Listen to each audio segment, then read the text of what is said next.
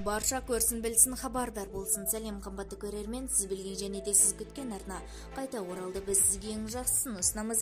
Жұмысымыз жауапсыз қалмау үшін арнадағы подписация және де лайк түймелерін басыңыз. Сіз басқан болсаңыз, біз ендеше бастадық. 1 қыркүйектен бастап не өзгереді? 1 қыркүйектен бастап қазақстандықтарды қандай өзгерістер күтіп тұр? Бақыт.кз тілшісінің шолуынша назар аударайық. 1 қыркүйек елімізде білім күні. Бұл күні 7,9 білім ұйымында 3,9 миллион бала мектепке барады. Оның шамаменен 360 мыңы бірінші сынып оқушысы. Тегін тамақ беріледі. 1,7 миллион қазақстандық оқушы тегін тамақпенен қамтылады. Сонымен қатар 1 қыркүйектен бастап студенттердің стипендиясы көбейеді. Колледж студенттері үшін шәкіртақы 50%-ға артып, жұмысшы мамандықтары бойынша 43.574 теңгені, орта буынды мамандар үшін 41.896 теңгені құрайтын болады. Бакалавриат студенттерінің стипендиясы 20%-ға артып, 47.135 теңгеге дейін, ал педагогика және де медицина бағыттарындағы білім алушылардың стипендиясы 75.600 теңгеге дейін ұлғаяды.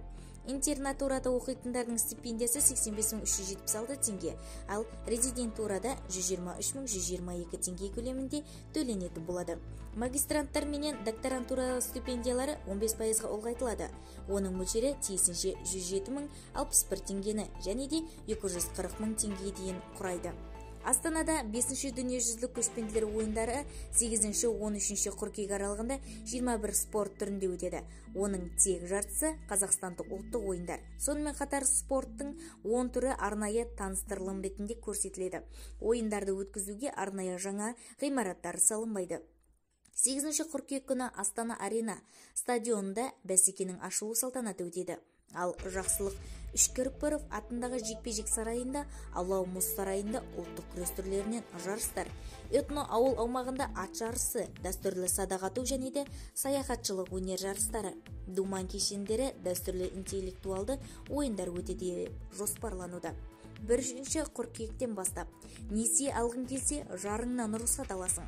Қаржы нарығын реттеу және де дамыту агенттігі жеке тұлғаға банктік қарыз немесе микрокредит беруге жұбайының келісімін алуға қағидаларын, жеке тұлғаға банктік қарыз немесе микрокредит алуға жұбайының келісімі қажет болатынын, банктік қарызды немесе микрокредиттің ең төменгі мөлшерін бекіту туралы агенттік басқармасының 2024 жылы 16 тамызындағы нөмірі 55 қаулысында қабылдады. Қаулыда жұбайының келісімі қажет болатын банктік қарыздың немесе микрокредиттің ең төменгі мөлшері 1000 АЕК мөлшерінде, яғни 692.000 теңге бекітілді.